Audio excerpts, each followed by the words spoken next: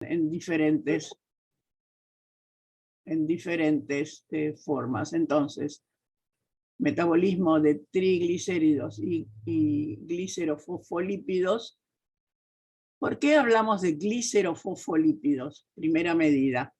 Porque recordemos que además del glicerol, en los lípidos podíamos encontrar otro alcohol que era el esfingol. ¿Se acuerdan? Eran los esfingofosfolípidos. Estos son los glicerofosfolípidos, pero están también los esfingofosfolípidos. Acá nos limitamos a los glicerofosfolípidos y esta secuencia es la de degradación. Directamente usamos las lipasas, que ya lo hemos visto. Si queda el monoglicérido en carbono 2 del glicerol, se puede modificar la posición del glicerol para pasarlo al carbono 1 sin mayores inconvenientes. Y nos queda finalmente el glicerol, que va a parar al metabolismo de los ácidos, de los hidratos de carbono. De hecho, las enzimas que participan en la degradación de los fosfolípidos son las denominadas fosfolipasas. Y tenemos varias, las que actúan en el carbono 1, en el carbono 2, y las que separan la base. Recuerden que el fosfato está normalmente unido a una base en los fosfolípidos, que puede ser etanolaamina o trimetiletanolamina, que es la colina. Entonces, recuerden, dentro de los fosfolípidos, la lecitina, que era la fosfatidil colina. Bien, entonces, acá tenemos las enzimas que actúan. Algunas son de origen vegetal, es decir, las que separan la base del fosfato son de origen vegetal. Las otras pueden estar presentes en los animales. La biosíntesis de los triacilgliceroles la acabamos de ver. Nos desplazamos un poquito y vemos esta biosíntesis, que es la que estuvimos viendo recién. Y no creo que haga falta repasarla. Recuerden que hablábamos de estas moléculas que tienen fosfato y que cuando se hidroliza el fosfato nos quedan los diglicéridos, y si se integra otro ácido graso son los triglicéridos. Adelante. Eso es lo que vimos hace un ratito. Vamos a ver qué pasa con los fosfolípidos o glicerofosfolípidos. Entonces, tenemos los triglicéridos. Y esto es lo que acabamos de ver, toda la síntesis de los triglicéridos, en esta parte de arriba. Pero, ¿qué es lo que sabemos de los fosfolípidos? Que normalmente al fosfato que permanece, que no se va, ese fosfato se va a unir con diferentes bases nitrogenadas o diferentes moléculas, como puede ser, por ejemplo, el inositol, que era un hexano que tenía en cada uno de sus, un ciclohexano, es el hexahidroxiciclohexano. Eso es el inositol. Y ese inositol entonces puede perfectamente unirse al fosfato por esterificación en el ácido fosfórico de la molécula de, es lo que teníamos, o sea, del ácido fosfatídico. Recuerden, el ácido fosfatídico es este que vemos acá a la derecha. Tiene 2 ácidos grasos y un ácido fosfórico. Ese ácido fosfatídico, si en el ácido fosfórico integramos el inositol como base en el fosfato, en este caso no es nitrogenada porque no tiene nitrógeno, entonces tenemos el fosfatidilinositol, que era uno de los componentes de los fosfolípidos. Por otro lado, podríamos integrar la serina, que es un aminoácido que sí, en este caso tiene nitrógeno, que se puede unir al ácido fosfórico y nos da la fosfatidilserina. La fosfatidilserina, también tenemos la fosfatidiletoanolamina, los tenemos acá, y la fosfatidilcolina.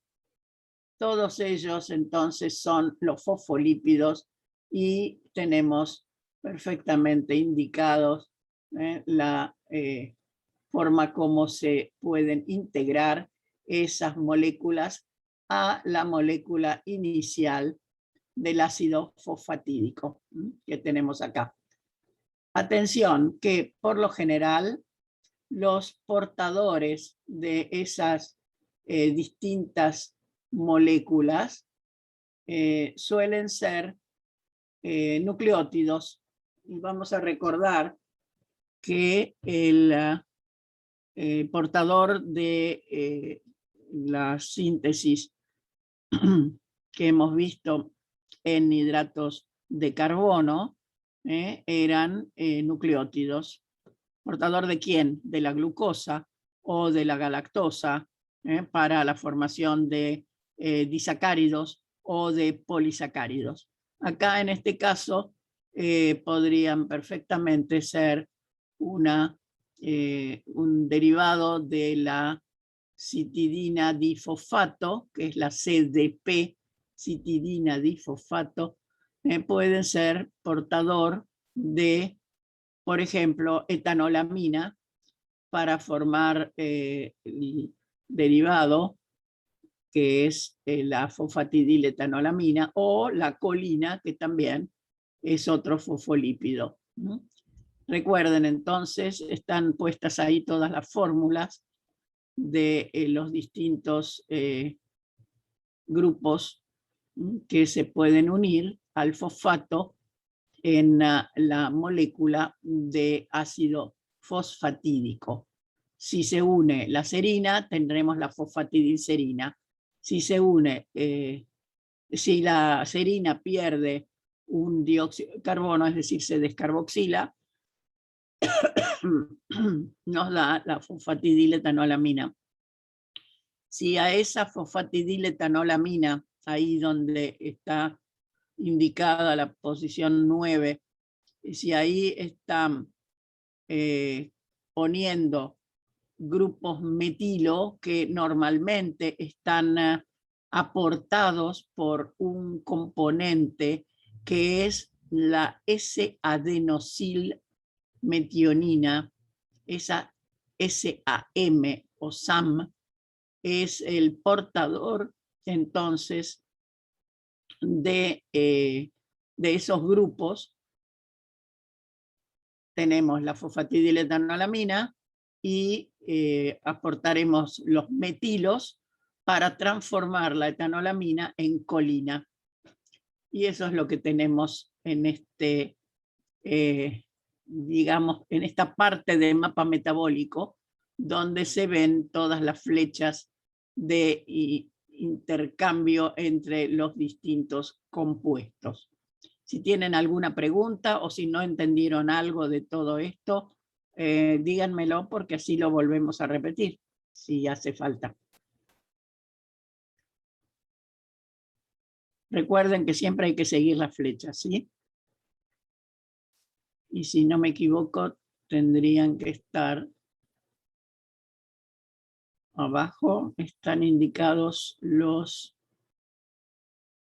todas las enzimas, deshidrogenasa, aciltransferasa, fosfatasa, galactosiltransferasas, tienen en la citidiltransferasa diferentes posibilidades. Hay descarboxilasas, hay quinasas. Recuerden que las quinasas son las que tienen que ver con la síntesis o hidrólisis de ATP. En este caso serán hidrólisis, por supuesto. Bien. Es cuestión de repasar bien, basándose un poco en la clave de todos estos dibujitos que tenemos, para poder entender de qué se trata. Bueno, ¿alguna pregunta?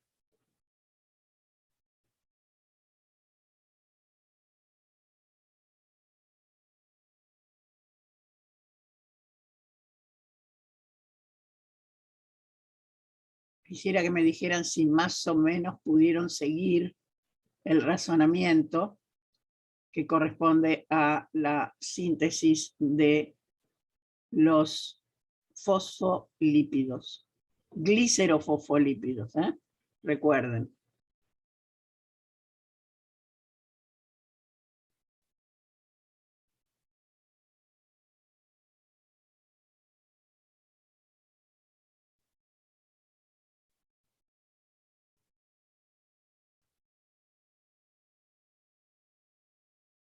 Bien, entonces continuaremos.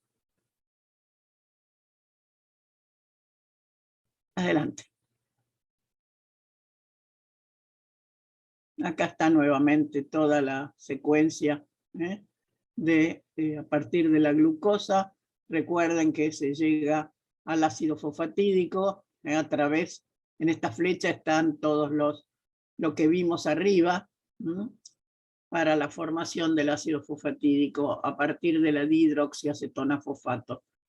Y acá es exactamente lo mismo que tenemos en esa otra secuencia de reacciones. Acá está más resumido, y los productos son entonces la fosfatidilcolina, fosfatidiletanolamina, fosfatidilserina, fosfatidilinositol.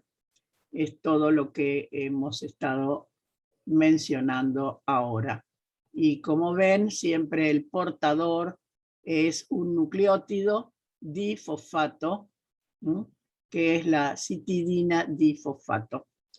Recuerden que esos nucleótidos son siempre los que se utilizan como portadores.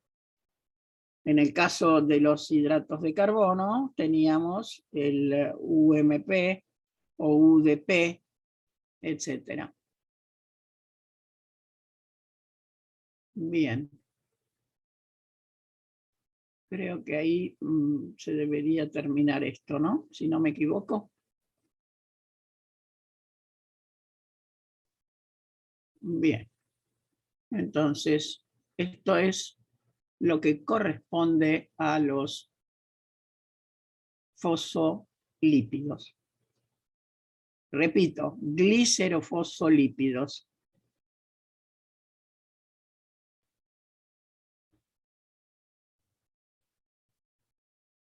Y vamos a volver al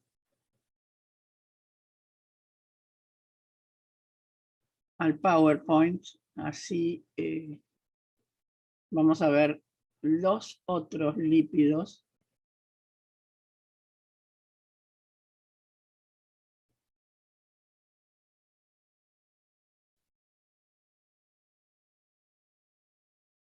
Que todos tenían que ver con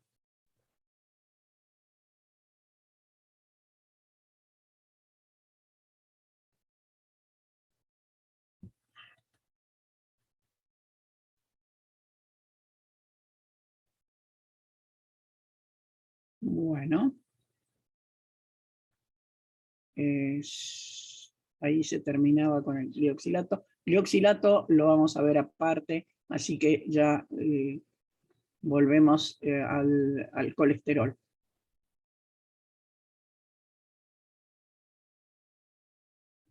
Entonces, síntesis de colesterol. Partimos entonces, recuerden, el colesterol es un esteroide, por lo tanto, tenemos unos cuantos carbonos y tenemos que ver cómo se llega a esa cantidad de carbonos, teniendo como precursor solamente la acetilcoenzima A.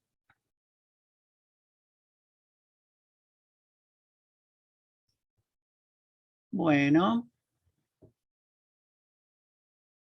tendremos en cuenta. Entonces,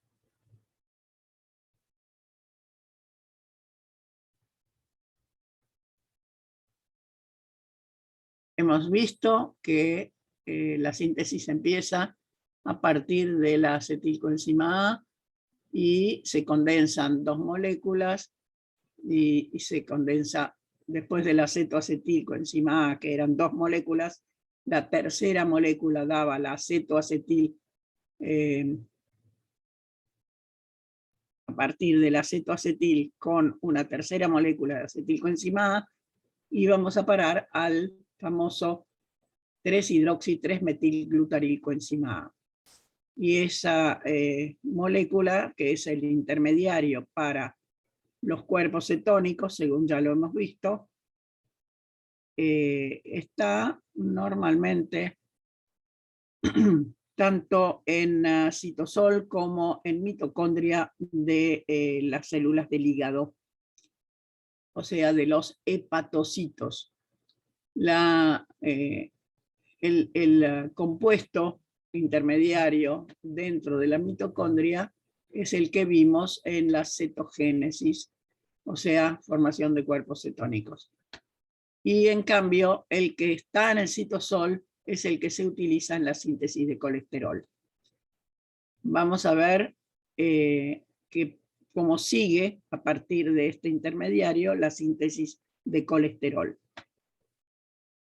Recuerden que tenemos que formar el esquema normal, es formar el ciclo que corresponde al ciclopentano perhidrofenantreno. Adelante. Entonces, primero, ya lo vimos, vamos a ácido mevalónico. Y ese ácido mevalónico tiene 5 carbonos. Ese carbono 5 nos va a dar, uniéndose a otra molécula, carbono 10. Cuando hablamos de compuestos con 10 carbonos, hablamos de los terpenos. Después vamos a 15 carbonos, se une otra molécula de 5 carbonos. Esa va a ser un sesquiterpeno. Y 2 moléculas de sesquiterpeno nos van a dar una molécula de 30 carbonos, que es el escualeno. Escualeno es el último componente de toda esta secuencia de reacciones, que es lineal. Por lo tanto,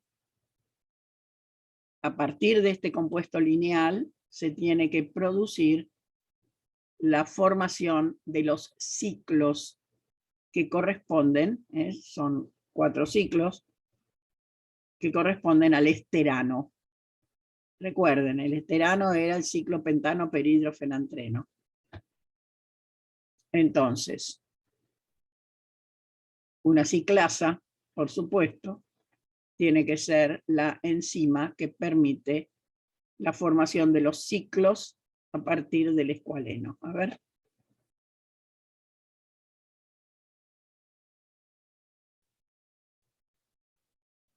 No. Yo creo que tenemos que ir a la biosíntesis de colesterol, que es un apunte aparte.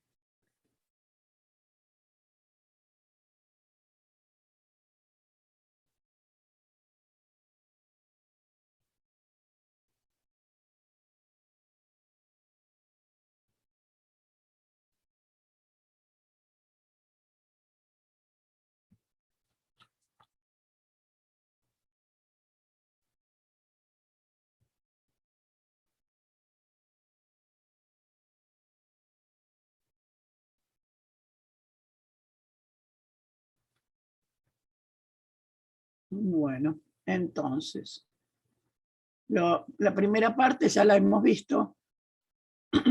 Vamos a ver cómo llegamos entonces al escualeno. Bien, mevalonato. Atención que empezamos a integrar fosfatos. ¿Para qué sirven los fosfatos? Recuerden que los fosfatos se integran a partir del ATP, por lo tanto una hidrólisis de ATP implica que se pone energía en estas moléculas para que puedan reaccionar. Y fíjense que tenemos un mevalonato 5-fosfato, pero por llegada de otro fosfato a partir del ATP tenemos un pirofosfato. Y el pirofosfato tiene un delta G de hidrólisis similar al ATP. Por lo tanto, acá tenemos otra molécula más. Hay una pérdida de dióxido de carbono, que es de acá, este dióxido de carbono que proviene del carboxilo del ácido mevalónico, y nos queda una molécula de 5 carbonos, que es el isopentenil pirofosfato. Ese isopentenil pirofosfato es el precursor primario del colesterol. Entonces, ese isopentenil pirofosfato puede isomerizarse a dimetilalil pirofosfato. O sea, lo único que cambia es la posición del doble enlace. Y se unen dos de estas moléculas, una y nos queda entonces el geranil pirofosfato. Geranil pirofosfato. Es esta molécula que tiene 10 carbonos. El geraniol tiene 10 carbonos. Y el geranil pirofosfato es esa molécula de 10 carbonos activada con ese pirofosfato. Si se integra otra molécula de isopreno activado, recuerden que el isopentenil pirofosfato es el isopreno activado. ¿Activado por quién? Por el pirofosfato. Entonces, se integra una tercera molécula, tenemos 10 carbonos acá, nos vamos a 15 carbonos. Esta molécula de 15 carbonos, que es el farnesil PP, si tenemos 15 carbonos, veamos cuántos carbonos vamos a tener acá. 1, 2, 3, 4, 5, 6, 7, 8, 9, 10, 11, 12, 13, 14, 15. Se une con otra igual de 15 carbonos. Fíjense que la única diferencia entre la primera y la segunda es cómo está dispuesta en el espacio. O sea, está dispuesta en sentido contrario. Ahí tenemos entonces el escualeno, que es un hidrocarburo de 30 carbonos.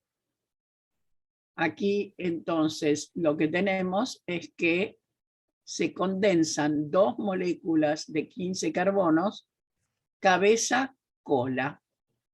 Por eso los dos extremos son iguales. Ese escualeno ahora es el que va a sufrir todo el proceso de ciclización. Adelante. ¿Alguna pregunta por acá? No sé. Entonces, acá teníamos el farnesil PP, dos farnesil PP, que tiene 15 carbonos cada uno, da el escualeno, que tiene 30. y es el último compuesto de la secuencia que es lineal. De aquí en adelante se van a formar todos los anillos que corresponden al esterano. Y vamos a ver cómo funciona eso entonces. Hay que acomodar el escualeno de manera tal que nos permita ver cómo se van a formar las uniones.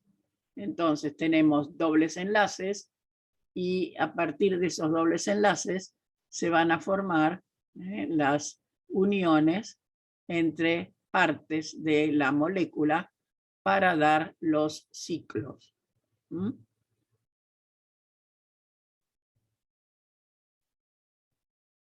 Entonces, fíjense que se van a formar 4 ciclos a partir de esta molécula lineal del escualeno. El producto final de esta reacción es un alcohol que lo encontramos normalmente en la lana de las ovejas. Es el lanosterol. Es un alcohol que tiene una estructura esteroide. Es de origen animal, por supuesto, porque está en la lana de las ovejas y de otros animales que tienen exactamente el mismo tipo de procesos de formación de los lípidos. Bien, entonces, lanosterol es el producto de la ciclación o ciclización del escualeno. Por eso, el escualeno es el último compuesto lineal y el lanosterol es el primer compuesto tetracíclico. Bien.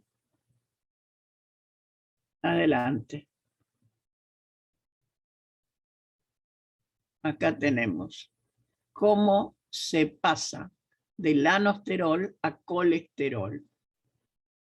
Fíjense que en el lanosterol tenemos varios metilos más que se van a perder en forma de dióxido de carbono.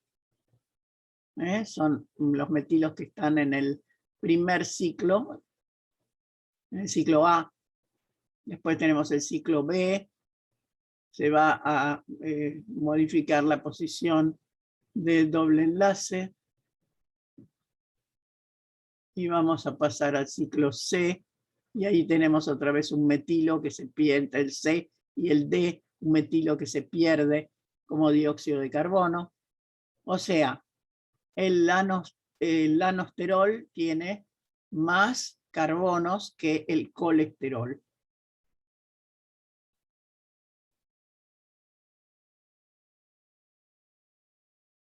Y aquí tenemos el primer compuesto desmetilado, que es un isómero del colesterol, que es el colestadienol.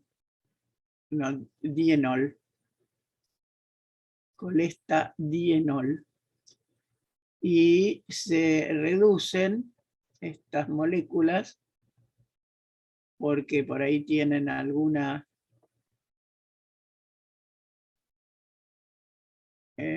no, dobles enlaces no tenían más.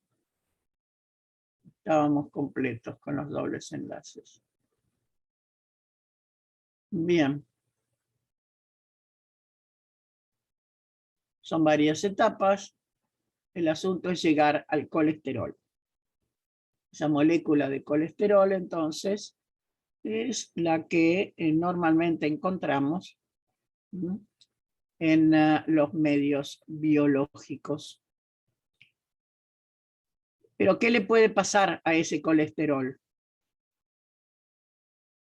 Es el precursor de los ácidos biliares, ácidos y sales biliares. Ya vamos a ver cuál es la diferencia. Adelante.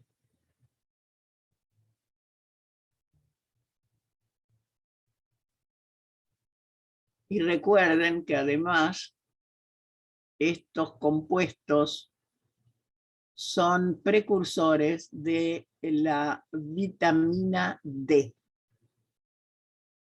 Tienen una molécula similar a la vitamina D. Vitamina D es el colecalciferol. Bien, entonces, las sales biliares, recuerden para qué servían. Para emulsificar las grasas en la digestión. Y cómo se convierten el colesterol en el hígado, por supuesto, es una forma de excreción.